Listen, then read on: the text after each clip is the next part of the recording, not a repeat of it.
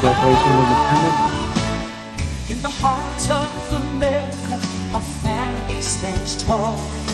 Bonds of love and unity, holding us all. In the heart of America, a family stands tall.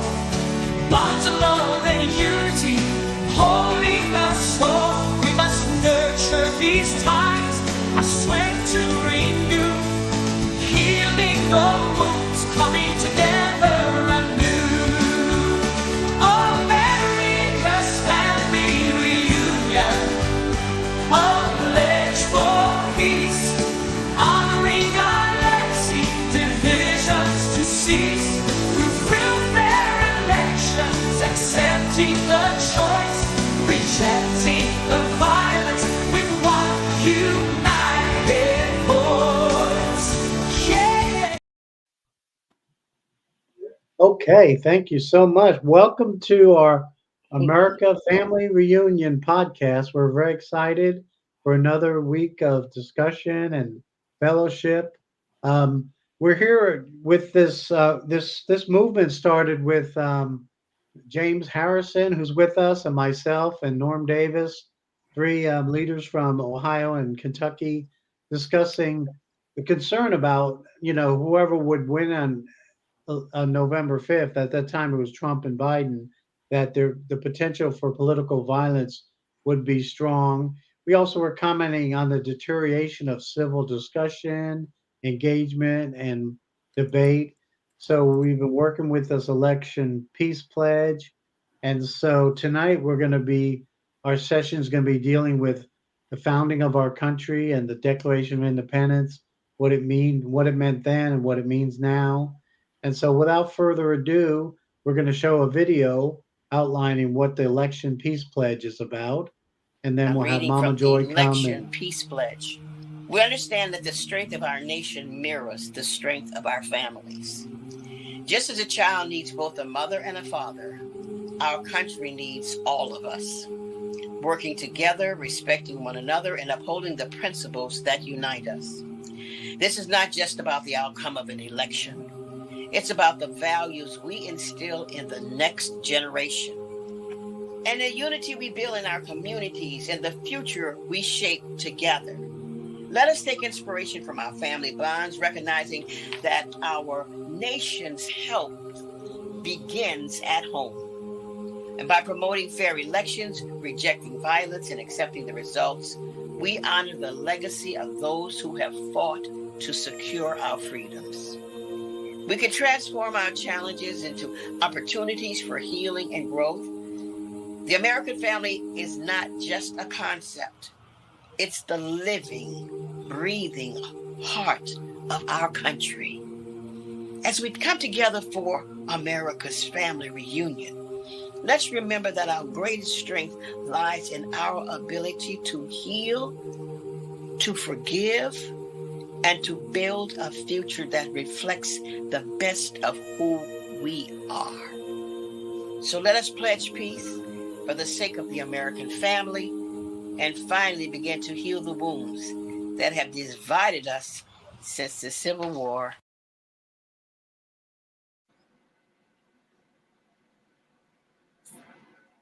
Well, good afternoon and welcome to Global One Peace Pledge. And we're just so happy to be here with our wonderful panel here today. I'm Mama Joy, and right now I would like to introduce the video of the Braver Angels. You know, when we got started a couple of months ago, it was amazing that we didn't realize until we started moving that there were others who had thought about bringing peace to our nation, the need for us to have unity, the need for us to be aware that we are a family of one creator. And it was such an encouragement to us. They've been working together now for 7 years. And so we found them. They're called the Braver Angels. And we'd just like to have you to take a peek at what they're doing and hopefully be inspired by them or by us the need for us to come together, because we cannot make it or survive without each other in this nation. We're family, whether we believe it or not, and we all have a purpose. Okay? It's a good one. So let's meet the braver angels. With a sense of grace and hope for our future and our nation. There is reason to be hopeful in our country today. In today's political climate, to be in a group like this, it's just amazing. We want to reduce that polarization, bring people together. To be part of the solution and turn the tide on the toxicity. In this election season, a hopeful alternative is possible. There was so much grace and room to listen to one another. You get to see people as human beings again. There is reason to hope, not because we agree on all of the issues, but because on the issues that we disagree upon, we still disagree as good people. This is what democracy looks like. And they will look back on the work we did today, the work that we did in Kenosha, and across all of these untied states of the United States of America, and say that because these people hope, because they believe, the American dream endured for generations to come.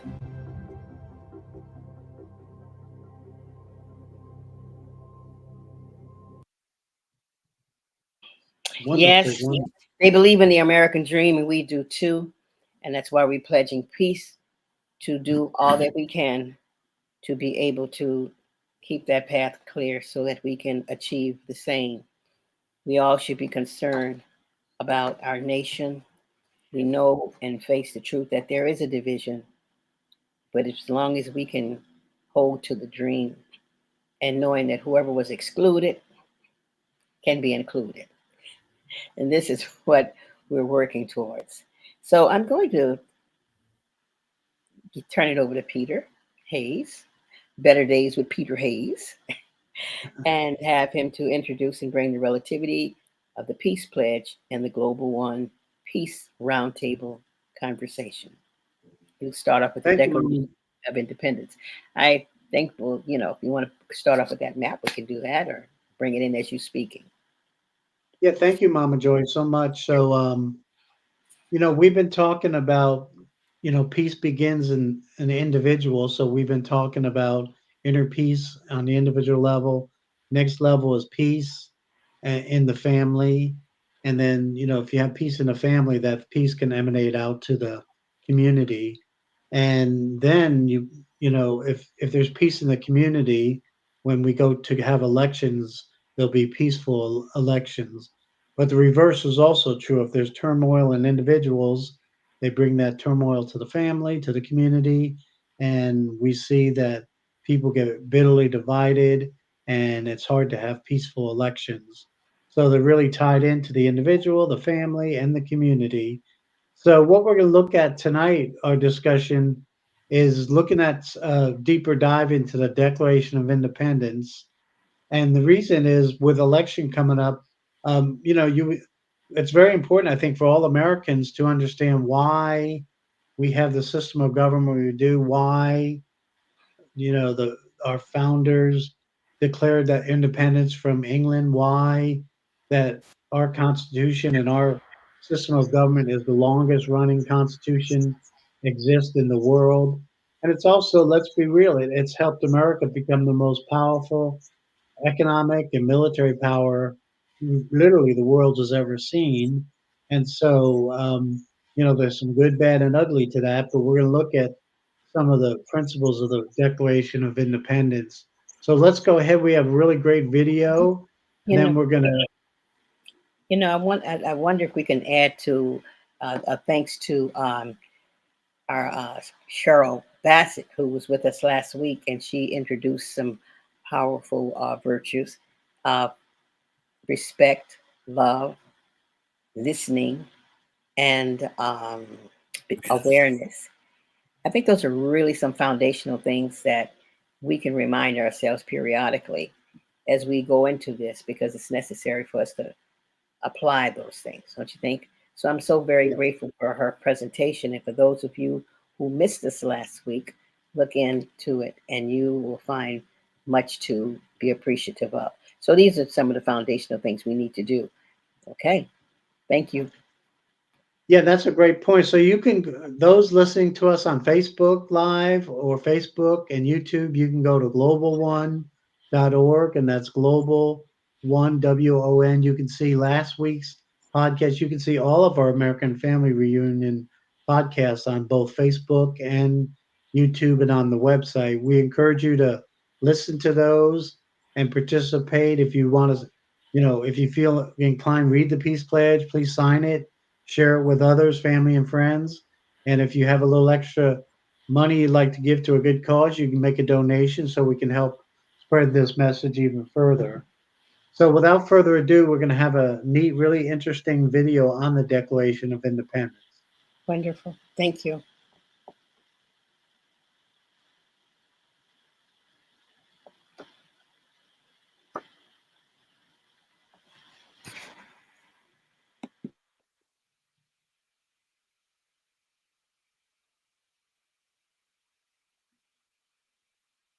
When, in the course of human events, it becomes necessary for one people to dissolve the political bands which have connected them with another, and to assume among the powers of the earth the separate and equal station to which the laws of nature and of nature's God entitle them, a decent respect to the opinions of mankind requires that they should declare the causes which impel them to the separation. We hold these truths to be self-evident, that all men are created equal, that they are endowed by their Creator with certain unalienable rights, that among these are life, liberty, and the pursuit of happiness, that to secure these rights, governments are instituted among men, deriving their just powers from the consent of the governed, that whenever any form of government becomes destructive of these ends, it is the right of the people to alter or to abolish it, and to institute new government, laying its foundation on such principles, and organizing its powers in such form as to them shall seem most likely to affect their safety and happiness. Prudence, indeed, will dictate that governments long established should not be changed for light and transient causes. And accordingly, all experience hath shown that mankind are more disposed to suffer while evils are sufferable than to right themselves by abolishing the forms to which they are accustomed. But when a long train of abuses and usurpations, pursuing invariably the same object, evinces a design to reduce them under absolute despotism, it is their right, it is their duty to throw off such government and to provide new guards for their future security.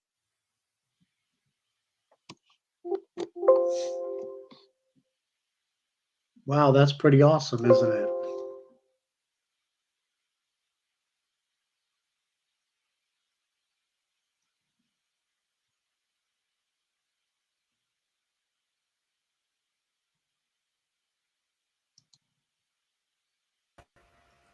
Your mic is off.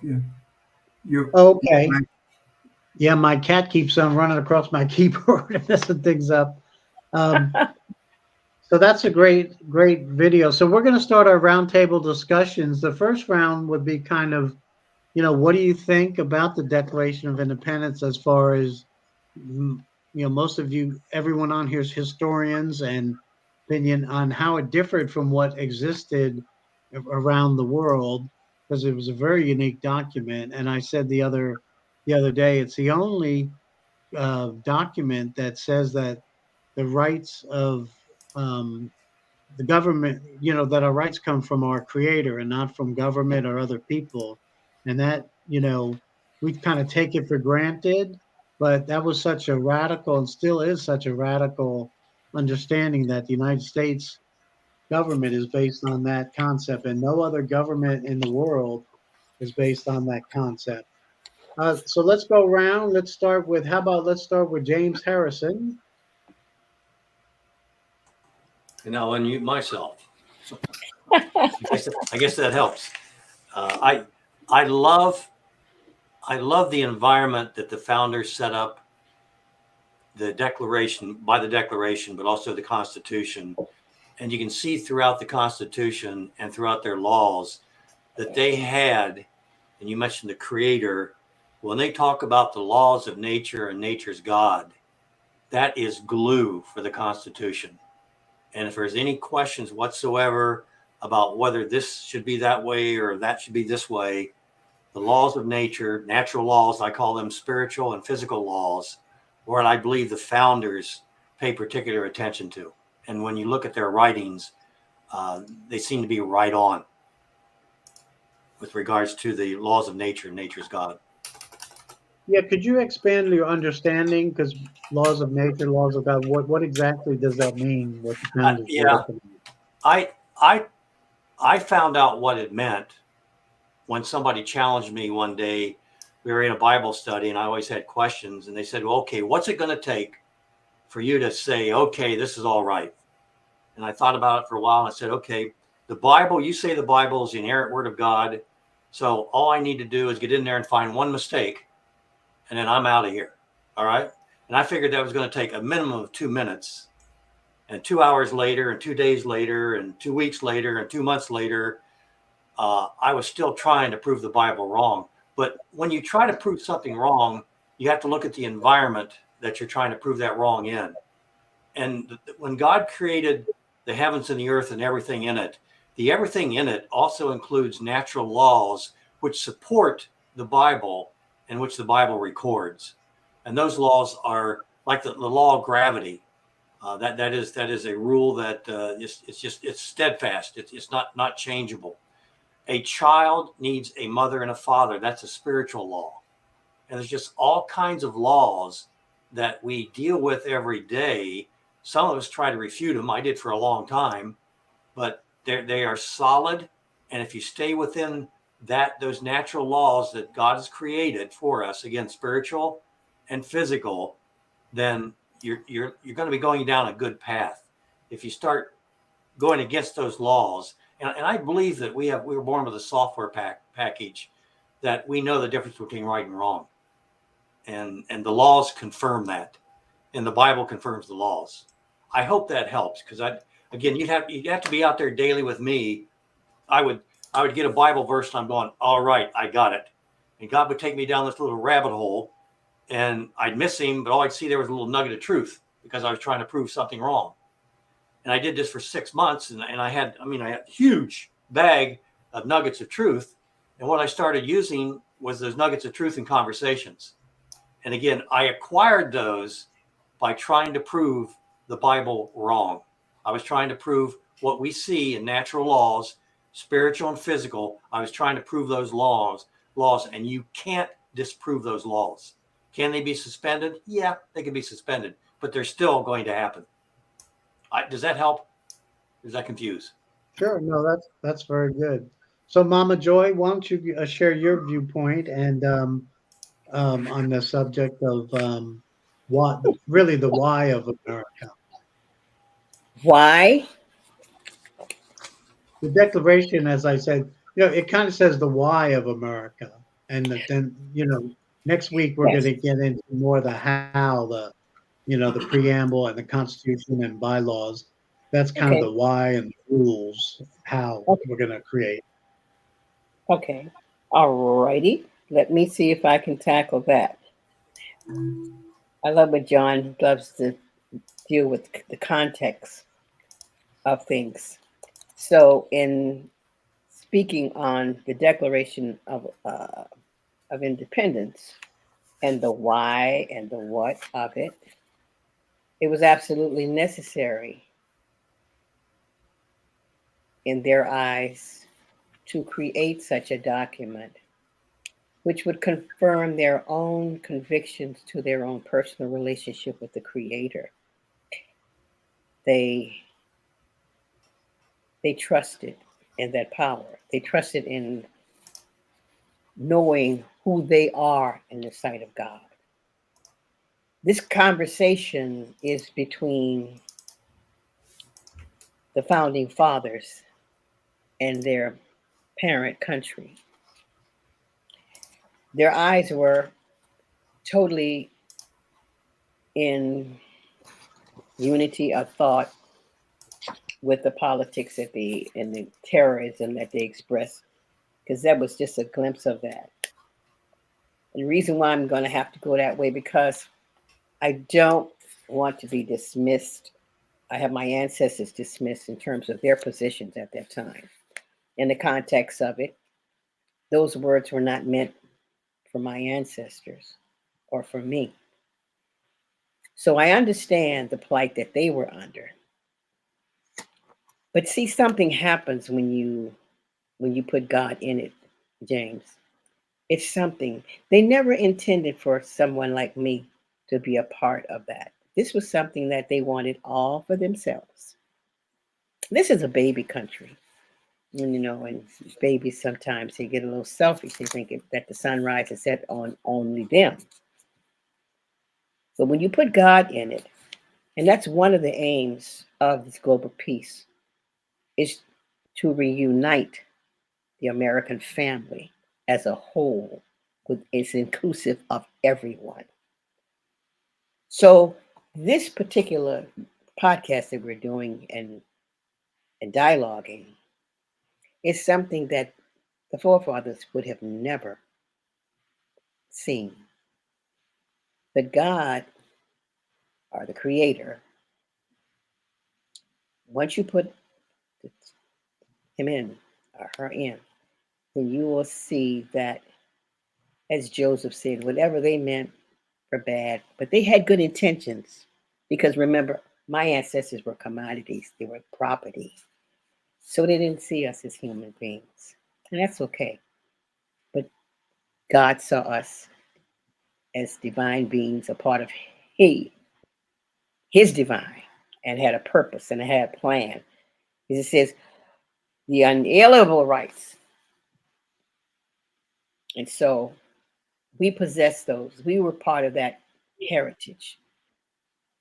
And why I'm here and why we're here is to bring us together and understanding that there are things that divided us, but now we are all in the same boat, right? And we're going to sink if we don't get it together. So my only comment is just that. Well said. Well said. Factor, but we're here today to bring that light and to create the order that God desires for us to have. The Creator desires to be one family. Mm-hmm. Yeah, there's a adage that's popular. We may have come to America in different ships, but we're in the same boat right now as one nation. Yeah. John Morris, what's your thoughts on this topic? Share some words of wisdom.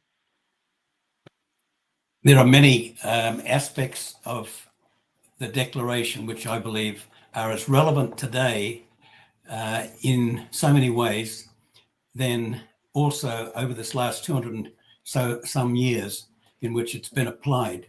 First of all, it was written by Jefferson. There were 4 others that he conferred with in putting this together.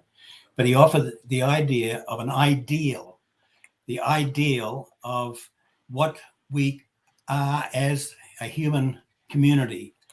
And even though, as Mama Joy initiated and expressed just a few moments ago, on some levels, of course, at that time, it was a very imperfect document that when we think in terms of it, it eliminated, or at least it sidelined certain of the community. Our African-American brothers and sisters, unfortunately, were not a part of that original ideal as was initially expressed.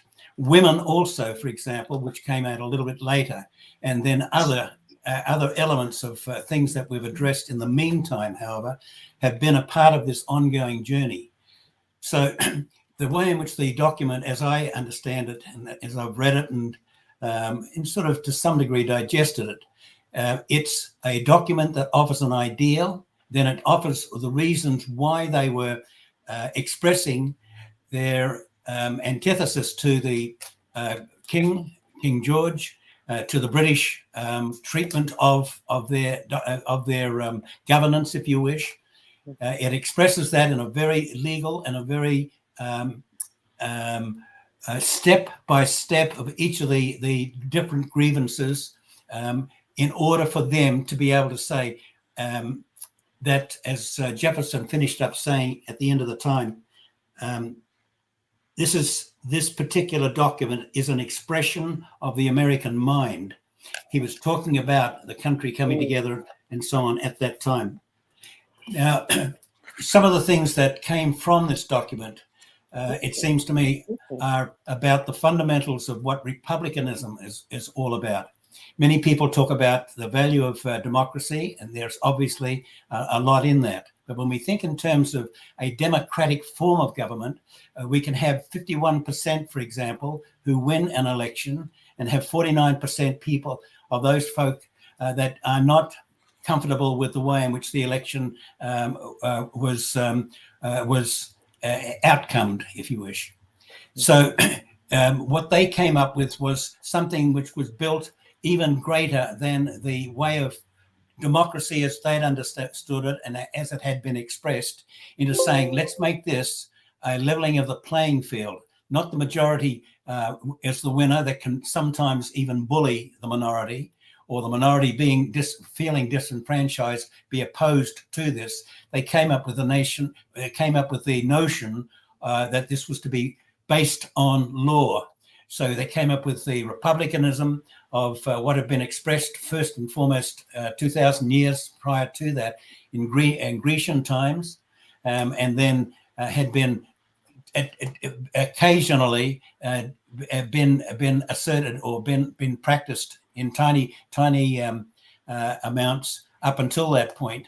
And then the idea of a nation that was based on a Republican constitution. It's a republic that's committed to lawful outcomes. And that means leveling the playing field so that every person, whether they were rich or poor, were subject to the same rule of law.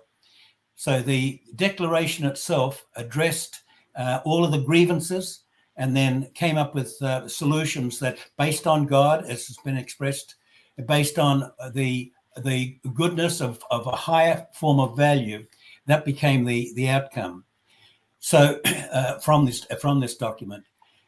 Now, the other expressions that, or the other points of reference, as I understand from the Declaration, is that this document had such an enormous amount of impact that 13 years after it was established in 1776, it became at least a part of what became the French Revolution, and it took different forms of government. In some respects, some might say not healthy forms of government in every respect, but it gave at least a leveling of the playing field. 200 years after that, that was in 1789, that was 13 years after the establishment of this, but 200 years after that, even in Tiananmen Square in China, for example, even the document itself, by some of those students that rebelled during that time, that had been studied by some of the students that were also present in that circumstance. And for those who are a little bit historically in keeping with what that meant, Tiananmen Square, which happened in June during that time, 5 months later, the fall of the Berlin Wall came down. 2 years after that, that was in 89, and then 2 years after that, the entire Soviet Union collapsed, basically forming 15 new nations, which had been captive states up until that point. So the idea of the document having a set of legs, then wings, and then basically sailing with the angels in much of the governance or forms of governance that we've experienced over these last 200 odd years from the formation of that. The idea of republicanism, the idea that everybody counts, the idea that women, of course, could and should be given the vote and be given equal status, the idea of leveling the playing field from captive folk, those that had been subjected to abuse and to many times enslavement, all of those sorts of all of those sorts of situations came in some respects with some of the elements of what had come through the Declaration of Independence. The idea of what one final thing, perhaps, what Lincoln did through the Emancipation Act, just 70 years after this, was also very, very, very much a part of that experience. So in short, I see this as being a very important thing for our youngsters to be reintroduced, because most have very little connection to it, either in civics or in governance or in the school system here in this country and elsewhere. So that's my few thoughts, if like, on this. Thanks, John. Thanks, John.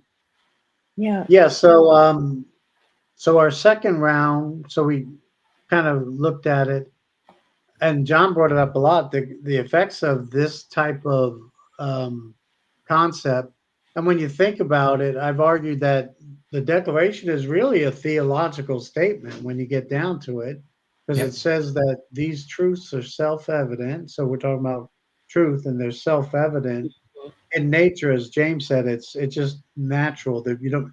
There's no debate. It's self-evident that all men. And here's a question, because when we, why did they use creator and not God? And I argue that, God is more of a Christian concept, and, Jewish people have a different name, Muslims, Allah, but the creator has a different connotation than God. And the founders somehow knew that, because they said, yeah. So, James, what's your thoughts on that? The power of the idea that our rights come from our Creator, and one thing very powerful also to add to that is pretty radical, that if the government does not uphold those rights, we have a right and obligation to actually create a new government. That's pretty radical. You get thrown in jail for saying that today, but that's right there. It basically said not only you have the right, but you have the responsibility to replace that government with a government that upholds these values. The Constitution is I kind of look at it like a religious document at times. And it reminds me of my Christianity, like you say. Using the term creator says an awful lot. It gives you the beginning of your life as well as the nation's life. And like I mentioned before, and like you said, the natural laws are what I think that the founders were trying to emphasize. And the Constitution, I see as an enabling. Hi, is it the Constitution or is this the Declaration of Independence? I'm sorry, the Declaration. I'm sorry. Okay, great. The Declaration, again, it's a preface to the Constitution. So yeah, but it is in America. Look, everybody has obstacles. Everybody has obstacles. But I think in America, more than any other country in the world, because of the way we were initiated, the Declaration and then the following Constitution gives the individuals that are in that nation, especially the citizens, the ability to become pretty much anything they want to become. And it's again, I see it as very enabling. And I just love, again, if you didn't know it was a Christian nation, you'd know it was a Christian nation by what you read, especially in the Declaration. Creator, laws of nature. They said God there, by the way. Laws of nature, and nature's God. So they did mention it there. Okay, Mama Joy, what's your thoughts? Okay, well, I'm enjoying this. And I just want to comment on what both John and James have said, because this is very fulfilling for me to engage in a conversation which shows, or which is reverencing of the Declaration of Independence, by acknowledging the Creator and that these are to be held sacred. The Declaration of Independence is a sacred document to me and something that I feel every American should hold. Well, they have a right to. They can do it if they want to. But that's another beautiful thing about America, the freedom of expression. But I like to say that everyone has a right to express their grievances, as John said. But we also have to have a responsibility to work towards solutions. Yep. Because you can grieve and you can complain about so many things, but that's not going to make it right. It's not going to set the bar, the standard. That's something I got from the lesson last week. Be aware of that. We have to work towards the solutions. And what I see when he said that the mind of these men, what we are reading is the heart of these men. When we realize that they understood that they were going to be seen in the eyes of the motherland as traitors and their lives were on it, that wasn't just their mind. That was their heart and everything that they loved. Let's think about that. And to me, that brings me to the understanding that it just wasn't their mind, but it was the divine mind that each and every one of us have. And so to me, that was God speaking through that, which ultimately to me was the beginning of a process for liberation for humanity. That was the process I saw in your explanation, John. What you were giving was the footsteps of the Creator moving towards that objective. Mm-hmm. Yeah. I'm happy to be a part of this process. Mm-hmm. Wonderful, wonderful. I just saw that three U.S. presidents died on July 4th, Independence Day. Isn't that interesting? Yeah. That there was just a side note I saw, but yeah, the significance of the Declaration, and like you said, it may not have been they actually was very prophetic because even though they didn't include descendants of American slaves or slaves, they didn't include women. They also didn't really include the indigenous Native Americans, but it was such a godly testament that all those groups now are incorporated in America. And, even the civil rights, Dr. King basically used the Declaration to say, yeah, use a paraphrase. Well, y'all said we were all created equal. So what's with that? And that was not an argument that anyone could win, you know, because it was such a powerful statement. We hold these truths to be self-evident that all men, and that can obviously be expanded to mankind. And they were talking about all mankind because that's why it could spread to other country.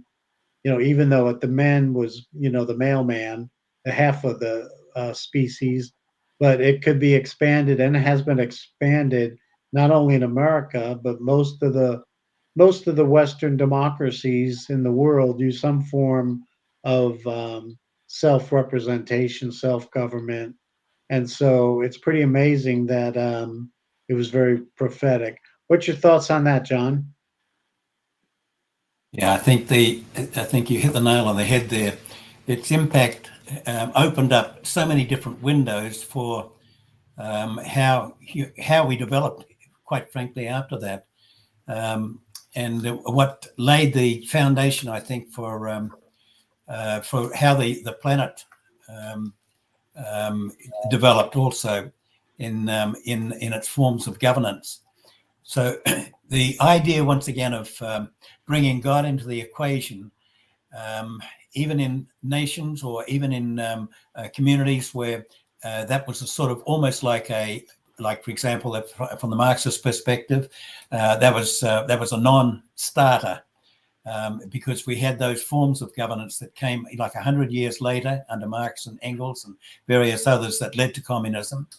and then other forms of governance that came as a consequence, in some respects, one could say, from even the idea of the survival of the fittest and origin of the species, and so on through Darwin. Darwin and Lincoln, incidentally, were born on the same day in 1809, and each one in 1859 took the world in two different directions. One of which, again, those two different directions, in a sense, Lincoln with the idea of the emancipation, and Darwin with setting a stage actually for the formations of the socialist type experiences and things that Marx and others picked up on when they talked about survival of the fittest. And so there became that element, if you wish, that left God in some respects in one direction and placed God very, very squarely in the other. So it seems to me that the Declaration, again, because it came 13 years prior to the eventual Constitution being formulated and then put into practice, that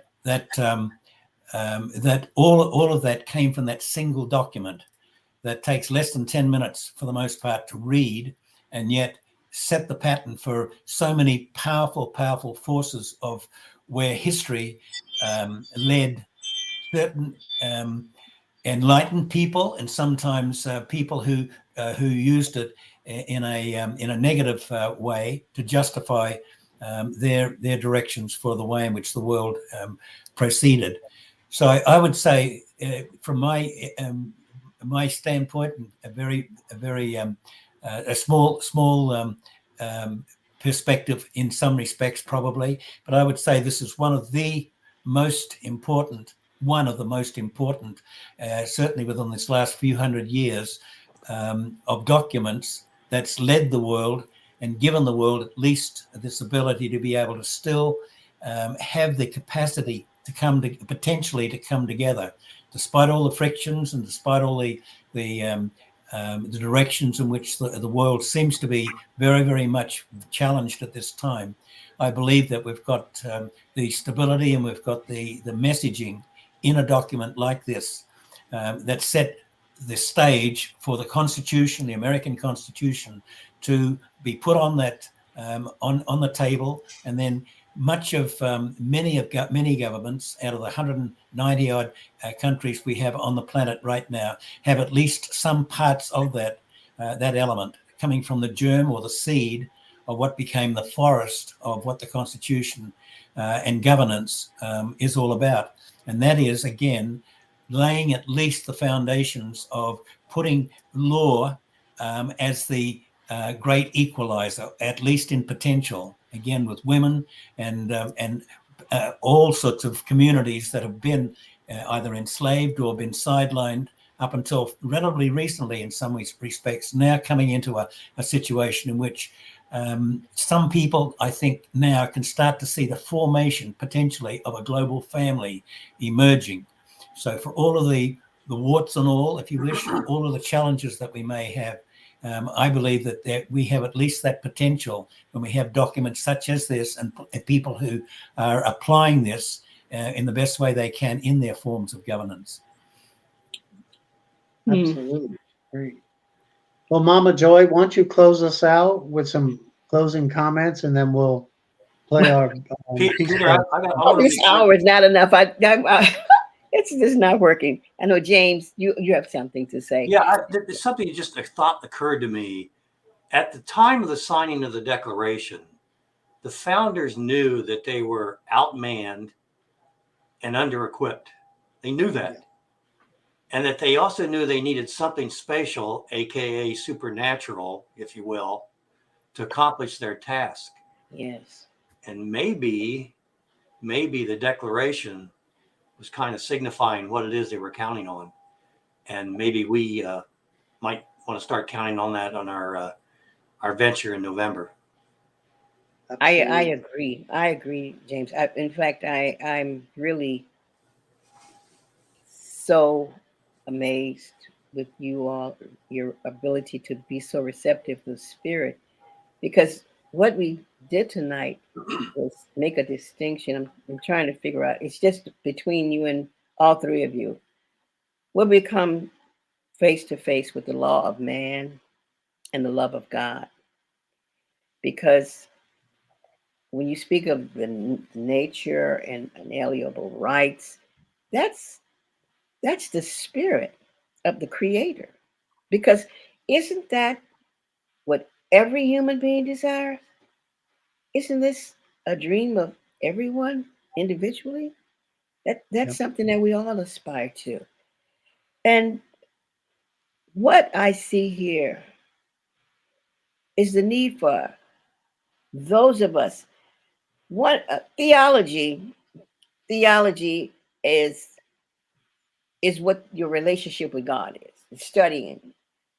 But the theology that we are operating on does not include this document. To me, it's dark. Because when you look at it, Brother Jane, you're saying, hey, this is the Bible. These are principles. These are not biblical principles. These are universal principles. These are universal principles. And to examine them would be a delight for the Creator. And because it's into the law of man, we look at this, so many eyes look at this as a political document. But this is not a political document. When you look it through the eyes of God, if you look it through the eyes of the heart, we have to be able to separate God's will and man's law. It's intertwined, but it is very clear to me. And two, all of the signers were not Christian, but they believed in God. And that was the collaboration that they have. And this is something that when I read about how these men would leave the table, get on horseback, ride to the colony that he represented. Then they had to gather all the people in the colony. And I know these were praying people. Can you imagine the amount of time it took for them to do it? And the colony had to agree on those issues 100% because they realized the situation that they were in. Their lives were at stake. And then they were on horseback, not in a Lamborghini or Pontiac or whatever, and Or rode private back. jet. I mean, just to look at all of, and when they got to the table with the other representatives, they had to agree 100%. It wasn't 3/4 or 2/3 or anything like that, because they knew their life was at stake. That's sacred. And I feel that, I don't know if it was John or Paul or James, but when you start putting documents like that as sacred into the academic arena, it'll start edging God out, and it'll start acknowledging, you know, um, not the spirit, not the creator. Just like we look and preparing for this, and we had a couple of videos that said, "Hey, I just want you to pass the test." But what we're talking about now is that we see God in this. We see the creator. We see, universal, uh, not order, but principles here that we're lacking simply because we didn't know. And we've been so busy, so busy. And I think about when the black men were wearing the signs, "I am a man." It's important that we realize the fragility of our mind and how we train our children and how we speak to our children about other human beings. I've seen the Rwanda situations where they're looking at people looking just like themselves, but they say these are nothing but roaches. And the child would take that in and they'll feel justified just destroying a whole village of roaches because they see roaches. So, revisiting or bringing a family reunion is something that I feel is sacred. And like you said, James, we should take a look at this. Maybe this is what we've been called to do. Because when Gilead was preparing, he asked God, hey, look, they got 10,000 warriors over here, and I don't have but a few. And they were tested and they won. And I feel that we stand just as Gilead, or Luther, in bringing about the Lutheran Church. And the Catholic Church asked him, hey, you're only one man. He said, no, I don't stand alone. I've got the whole universe behind us. So I think we're at that time to embrace that and to look at the sacredness that is keeping this place, our nation and our home together. And let's re-examine it. Wonderful. Pull ourselves together in that love and in God's intention. That's it. And the Creator's intention. We see the Creator's intention here, and we're working it out. I think we can agree on that, right? Absolutely. Yeah, it's been a joy. Okay, awesome. Well, let's go ahead and end with our famous election peace pledge song. And it's a great encapsulation of what we're trying to do. And we have 2 more podcasts next week on the 23rd. We're going to be talking deeper on the Constitution. Today we went over the Declaration, the why, and the Constitution and Bill of Rights are kind of how we're going to take this declaration and manifest this in laws and rules. Because you do have the spiritual and then the physical. So how do those two connect? And it's not always easy to, get spiritual things into physical reality. So the Constitution and the bylaws, Bill of Rights, there's kind of the rules and regulations of how that declaration should be manifested in a governing situation and how to, have the checks and balances so that one form of government, executive, judicial, or legislative, doesn't get more power. And so we'll get into that next week. So without further ado, thank you, Mama Joy and James Harrison and John Morris. And we'll another great, successful American Family Reunion podcast. We'll see everyone next Wednesday. Watch us on Facebook and YouTube on the Global One Facebook page, Global One YouTube page. And, like we said, sign the Peace Pledge at globalone.org. And also share it with your family and friends. And if you could be so kind to give a donation to help us spread the word, we sure would appreciate that. Great. Thank you, Peter. Thank you, John and James. Thank you so much. And thank you all for coming aboard, listening. And please share us, right? God bless you. Mm-hmm. Yeah. In the heart of America, our family stands tall. Bonds of love and unity, holding us all. In the heart of America, our family stands tall. Bonds of love and unity, holding us all. We must nurture these ties, our strength to renew, healing the wounds, coming together anew. America's family reunion, a pledge for peace, honoring our legacy, divisions to cease. Through fair elections, accepting the choice, rejecting the violence with one united voice. Yeah, oh, the Civil War's echoes still linger in time. Unresolved pain, fueling conflicts unkind. But our families teach, love can overcome. Working together, our country's work is done.